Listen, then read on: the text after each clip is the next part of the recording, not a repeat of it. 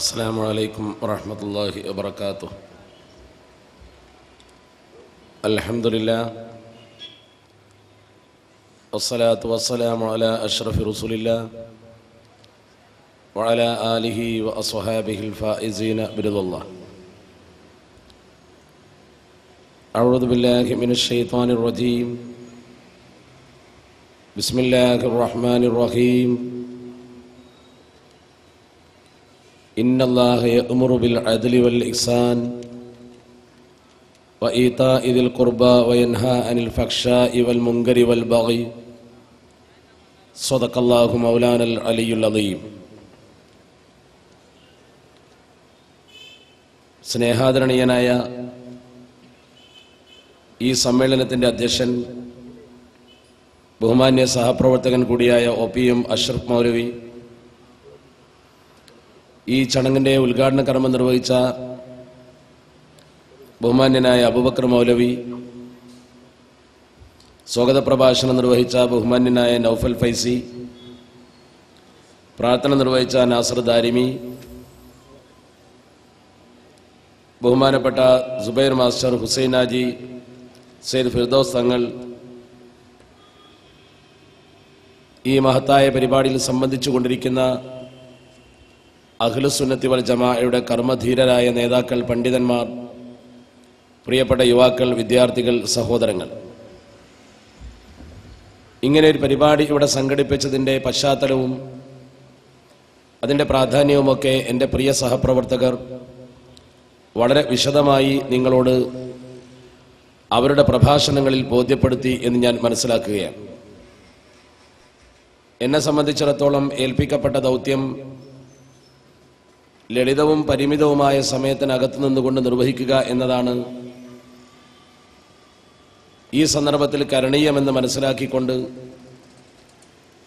സാന്ദർഭികമായ കാര്യഗൗരവപരമായ ഏതാനും ചില വസ്തുതകളിലേക്ക് മാത്രം നിങ്ങളെ ശ്രദ്ധ ക്ഷണിച്ചുകൊണ്ടാണ് ഞാൻ എൻ്റെ പ്രസംഗം ഇവിടെ നിർവഹിക്കാൻ ആഗ്രഹിക്കുന്നത്. കേരളക്കരയിലെ മുസ്ലിം ബഹുജന സാമാന്യത്തിൻ്റെ നാളെ ഇതുവരെയുള്ള നവോത്ഥാന സംരംഭങ്ങളെക്കുറിച്ച് പഠിക്കുകയും വിലയിരുത്തുകയും ചെയ്യുന്ന നമ്മുടെ നാട്ടിലെ ഏതൊരാൾക്കും ബോധ്യപ്പെടുന്ന ഒരു സത്യമുണ്ട്. കേരളത്തിലെ പരിശുദ്ധ ദീനുൽ ഇസ്ലാമിൻ്റെ പ്രചരണ പ്രബോധന പ്രവർത്തനങ്ങൾക്ക് ആക്കം കൂട്ടിയതും കേരളത്തിലെ മുസ്ലിങ്ങൾക്ക് മറ്റു ജനവിഭാഗങ്ങൾക്ക് മാതൃകയാകാൻ അവസരമുണ്ടായതും പണ്ഡിത നേതൃത്വവും അവരെ അനുസരിക്കുന്ന ഒരു സമൂഹവും ഇവിടെ ഉണ്ടായി എന്നതുകൊണ്ടാണ്. ഈ കെട്ടുറപ്പും ആദരവുമാണ് നമ്മുടെ കേരളത്തിലെ മുസ്ലിം സമൂഹത്തിൻ്റെ വിജയത്തിൻ്റെ അടിസ്ഥാനപരമായ തത്വം. ആ രീതിശാസ്ത്രം അനുസരിച്ചുകൊണ്ട് തന്നെ കേരളത്തിലെ മുസ്ലിമീങ്ങളെ ഒരുമിച്ച് നിർത്തുവാനും കൊണ്ടുപോകാനും ശ്രമിക്കുന്ന ഒരു പ്രസ്ഥാനമാണല്ലോ സമത്വ കേരള ജംഇയ്യത്തുൽ ഉലമ. അനിവാര്യതയുടെ ഒരു സൃഷ്ടിയാണ് സമത്വ എന്ന് പറഞ്ഞാൽ അതാണ് ശരി. ജനങ്ങളെ പ്രസ്ഥാനവൽക്കരിക്കുന്നതിനോ പ്രാന്തവൽക്കരിക്കുന്നതിനോ ഏതെങ്കിലും ആളുകൾക്ക് നേതൃപദവി കൈയടക്കുന്നതിനോ വേണ്ടി നമ്മുടെ കേരളത്തിൽ ആവശ്യമില്ലാത്ത സമയത്ത് ഉത്ഭൂതമായ ഒരു സംഘടനയല്ല സമത്വ കേരള ജംഇയ്യത്തുൽ ഉലമ. പ്രത്യേകിച്ച് നമുക്കറിയാം, കാലിക സാഹചര്യം ഒരുപാട് സംഘടനകൾ നമ്മുടെ നാട്ടിൽ പിറവിയെടുത്തിട്ടുണ്ട്, ഇനി പിറവിയെടുക്കാൻ നിൽക്കുന്നുണ്ട്. ഇന്നലെ വരെ രാഷ്ട്രീയത്തെ എതിർത്തിരുന്ന ആളുകൾ ഇനി പുതിയ രാഷ്ട്രീയ സിദ്ധാന്തവുമായി കടന്നു വരാൻ സമയം പാർത്ത് ഇരിക്കുന്നു. ചില ആളുകൾ രാഷ്ട്രീയ പാർട്ടികൾ പ്രഖ്യാപിച്ചു കഴിഞ്ഞു. അങ്ങനെ പുതിയ സംഘടനകളും പുതിയ ചിന്താധാരകളും നമ്മുടെ കേരളത്തിൽ ആവശ്യമുണ്ടോ ഇല്ലയോ എന്ന ഒരു ചർച്ച പോലും നടത്തുന്നതിന് പകരം അത് പ്രഖ്യാപിക്കുകയും കൊണ്ടുവരികയും ചെയ്യുന്ന ഒരു കാലത്താണ് ഇന്ന് നമ്മൾ ജീവിക്കുന്നത്. ഇന്നിപ്പോൾ കേരളത്തിലെ മുസ്ലിമീങ്ങളെ സംബന്ധിച്ചിടത്തോളം ഒരു പുതിയ രാഷ്ട്രീയ സംഘടന വേണമോ? അതൊരു ചോദ്യമാണ്. ഇനിയൊരു ഭിന്നിപ്പ് നമ്മുടെ സമൂഹത്തിൽ ആവശ്യമുണ്ടോ? അതൊരു ചോദ്യമാണ്. പക്ഷേ സമത്വ കേരള ജംഇയ്യത്തുൽ ഉലമ എന്ന പണ്ഡിത സഭ നമ്മുടെ കേരളത്തിൽ പ്രവർത്തനം ആരംഭിക്കുന്ന സന്ദർഭത്തിൽ അത്തരമൊരു ചോദ്യത്തിന്റെ പ്രസക്തിയില്ലാത്ത വിധം കേരളത്തിലെ ജനങ്ങൾ സംഘടനാവൽക്കരിക്കപ്പെട്ടിട്ടില്ല. ആ ഒരു അവസ്ഥയാണ് അന്ന് നിലനിൽക്കുന്നത്. അതുകൊണ്ട് തന്നെ അന്ന് കേരളത്തിലെ മുസ്ലിമീങ്ങൾക്ക് ഒരു സംഘടനയുടെ ആവശ്യമുണ്ടായിരുന്നില്ല. പിന്നെ എന്തുകൊണ്ട് സമത്വ കേരള ജംഇയ്യത്തുൽ ഉലമ രൂപീകരിച്ചു എന്ന ചോദ്യത്തിന്റെ മറുപടി അന്ന് നിലനിന്നിരുന്ന ആ സാമൂഹ്യ ചുറ്റുപാട് പരിവർത്തിതമാക്കുമാറ് ചില പ്രചരണങ്ങൾ നമ്മുടെ സമൂഹത്തിൽ നടന്നു എന്നതുകൊണ്ടാണ്. പഴയകാല സമൂഹത്തിന്റെ ചരിത്രം പഠിക്കുമ്പോഴറിയാം, മലബാറിലെ മാപ്പിളമാരെ കുറിച്ച് പഠിച്ച ചരിത്രകാരന്മാരൊക്കെ സഗൗരവം എഴുതി വെച്ച കുറെ സത്യങ്ങളുണ്ട്. എങ്ങനെ ഇവിടെ ഇസ്ലാമിന്റെ പ്രബോധനം വളരെ ഭംഗിയായി നടന്നു. അതിനവര് പറഞ്ഞ ഏറ്റവും പ്രധാനപ്പെട്ട 2-3 കാരണങ്ങളിൽ ഒന്ന് മുസ്ലിം സമൂഹത്തിന്റെ നേതൃ അനുസരണ മനോഭാവമാണ്. രണ്ടാമത്തെ ഒന്ന് മുസ്ലിങ്ങളുടെ വിശുദ്ധ വ്യക്തിത്വമാണ്. മൂന്നാമത്തെ ഒന്ന് പരിശുദ്ധ ദീനുൽ ഇസ്ലാമിന്റെ പുരോഗമനപരമായ കാഴ്ചപ്പാടാണ്. ഇത് ഒരുപാട് ചരിത്രകാരന്മാർ നമ്മുടെ സമൂഹത്തിൽ സൈദ്ധാന്തികമായി സമർത്ഥിച്ചിട്ടുണ്ട്. പ്രത്യേകിച്ച് മലബാറിലെ മാപ്പിളമാരെ കുറിച്ച് വളരെ നന്നായി പഠിച്ച വ്യക്തികളാണ് ടോട്ടൻഹാമിനെ പോലുള്ള സ്റ്റീഫൻ ഫെഡറിക് ഡേലിനെ പോലുള്ള ആളുകളൊക്കെ. ആ നിരയിൽപ്പെട്ട ആളാണ് റോബർട്ട് ഹാർഗ്രേവ്, റൊണാൾഡ് മില്ലർ. അവരൊക്കെ മലബാറിലെ മുസ്ലിങ്ങളുടെ സമരവീര്യത്തെക്കുറിച്ച് വളരെ നന്നായി പഠിച്ചവരാണ്.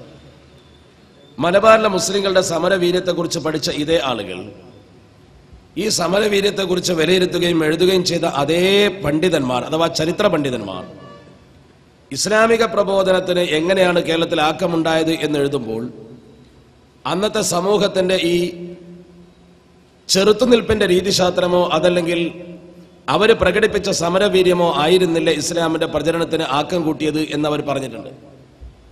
ഇസ്ലാമിക പ്രബോധനത്തിന് ആക്കം കൂട്ടിയത് അന്നത്തെ മുസ്ലിം സമൂഹത്തിന്റെ ഭദ്രമായ നിലനിൽപ്പാണ്. മലബാറിലെ മാപ്പിളമാരുടെ സമരവീര്യത്തെക്കുറിച്ച് നന്നായി എഴുതിയ, ആധുനിക ചരിത്രം കൂടി കൂട്ടിച്ചേർത്തുകൊണ്ട് എഴുതിയ ബഹുമാന്യനായ മില്ലർ സാഹിബ് തന്റെ ദ മാപ്പിളാസ് ഓഫ് മലബാർ എന്ന പുസ്തകത്തിൽ വളരെ കാര്യഗൗരവത്തോടുകൂടി മലബാറിലെ മുസ്ലിങ്ങളുടെ ഉദ്ധാന ചരിത്രം എടുത്തിട്ടുണ്ട്. അദ്ദേഹം എടുത്തുദ്ധരിച്ചുകൊണ്ട് പറഞ്ഞ ഒരു കാര്യം, അന്നത്തെ മുസ്ലിങ്ങൾക്ക് ഒരു നേതൃ അനുസരണ മനോഭാവം എത്രത്തോളം ഉണ്ടെന്ന് പറഞ്ഞാൽ പണ്ഡിത നേതാക്കളും അതുപോലെ തന്നെ സമൂഹത്തിലെ ഉന്നതരായ മഹാന്മാരും എന്തെങ്കിലും ഒരു കാര്യം പറഞ്ഞാൽ അവരപ്പടി അംഗീകരിക്കുമായിരുന്നു. അത് അതേ രീതിയിൽ അംഗീകരിക്കുന്ന ഒരു പാരമ്പര്യം അവർക്കുണ്ടായിരുന്നു. ആ പാരമ്പര്യത്തെ എടുത്തുദ്ധരിച്ചുകൊണ്ട് അദ്ദേഹം പറഞ്ഞിട്ടുണ്ട്, അന്നത്തെ മുസ്ലിങ്ങൾ എന്തെങ്കിലും ഒരു സാമൂഹ്യ പ്രശ്നമുണ്ടാകുമ്പോൾ അത് പരിഹരിക്കുന്നതിന് വേണ്ടി ഈ പണ്ഡിതന്മാരെ ആശ്രയിക്കുമായിരുന്നു.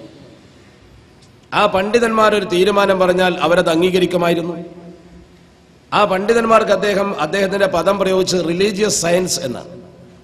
സയൻ എന്ന് പറഞ്ഞാൽ നമുക്കറിയാം പുണ്യവാളൻ. ക്രൈസ്തവ സമൂഹം വ്യാപകമായി ഉപയോഗിക്കുന്ന സെന്റ് എന്ന പദം മതപരമായി നമ്മുടെ സമൂഹത്തിലുള്ള അത്തരം വിശുദ്ധന്മാരെ ആശ്രയിച്ചിരുന്നു. അതിൽപ്പെട്ട വലിയ സയ്യിദ് കുടുംബത്തെക്കുറിച്ചും അദ്ദേഹം എടുത്തുദ്ധരിക്കുന്നുണ്ട്. പ്രത്യേകിച്ച് ഞാൻ വായിച്ചപ്പോൾ എനിക്ക് അത്ഭുതം തോന്നിയ ഒരു കാര്യം, മുസ്ലിങ്ങൾക്കിടയിലുള്ള പ്രശ്നപരിഹാരത്തിന് അവർ തമ്മിൽ എന്തെങ്കിലും ഒരു കരാറോ ഒരു വാക്കോ പറയുമ്പോൾ അവരന്ന് ഉപയോഗിച്ചിരുന്ന ഒരു പദത്തെക്കുറിച്ച് അദ്ദേഹം അതിൽ പറയുന്നു. മമ്പുറത്ത് തങ്ങളെ സാക്ഷി നിർത്തിക്കൊണ്ടോ അതുപോലെ ഏതെങ്കിലും പ്രമുഖരെ സാക്ഷി നിർത്തിക്കൊണ്ടോ ഒരു കാര്യം പറഞ്ഞാൽ അത് പാലിക്കുക എന്നത് അന്നത്തെ മുസ്ലിം സമൂഹത്തിന്റെ ഒരു ഗൗരവതരമായ സ്വഭാവമായിരുന്നു. മില്ലർ സാഹിബ് അങ്ങനെ തന്നെ ഒരു വാക്ക് പറയുന്നുണ്ട്, by the foot of Mampura Thangal is a sacred seal of a Mappila contract എന്നൊരു പദം അദ്ദേഹത്തിന്റെ പുസ്തകത്തിൽ കാണാം. By the foot of Mampura Thangal, അങ്ങനെ ഒരു വാക്ക് പറഞ്ഞാൽ അതൊരു സേക്രഡ് സീലാണ്.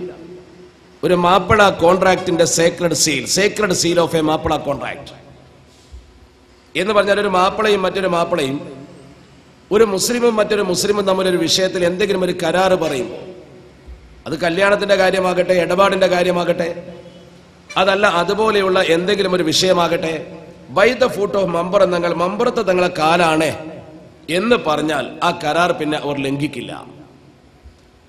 ആ വാചകത്തിൽ നമുക്ക് ഉത്ഭൂതമായി കിട്ടുന്ന ഒരു കാര്യമുണ്ട്. അത്രയും വലിയൊരു നേതൃനുസരണ മനോഭാവം അന്നത്തെ ജനസമൂഹത്തിനോട് വ്യക്തമായി നിലനിന്നിരുന്നു. ആ മനോഭാവത്തെ എതിർത്തുകൊണ്ടാണ് 921 നമ്മുടെ സമൂഹത്തിൽ നവീന ചിന്ത കടന്നു വന്നത്. അവരിവിടെ പ്രകടിപ്പിച്ച ഏക ആശയം ഈ ആദരവിനെതിരെയുള്ള ഒരു ചിന്തയാണ്. എല്ലാവരും ഒരുപോലെയാണ്, പ്രവാചകർ പോലും മനുഷ്യരൊക്കെ ഒരുപോലെയാണ് എന്നൊരു ചിന്ത പരത്തി ജനങ്ങളെ മുഴുവൻ ഒരേ കണ്ണുകൊണ്ട് കാണുന്ന ആദരവിന്റെ ബാലപാഠം പോലും നശിപ്പിക്കുന്ന ഒരു പ്രവണതയും പ്രക്രിയയുമാണ് അന്ന് ഇവിടെ ഉണ്ടായത്. അപ്പോഴാണല്ലോ സമത്വ കേരള ജംഇയ്യത്തുൽ ഉലമ രംഗത്ത് വരുന്നത്. ആദരവ് സമൂഹത്തിൽ നിലനിർത്തുക എന്ന ഉത്തമ ലക്ഷ്യവുമായിട്ടാണ് സമത്വ നിലവിൽ വരുന്നത്.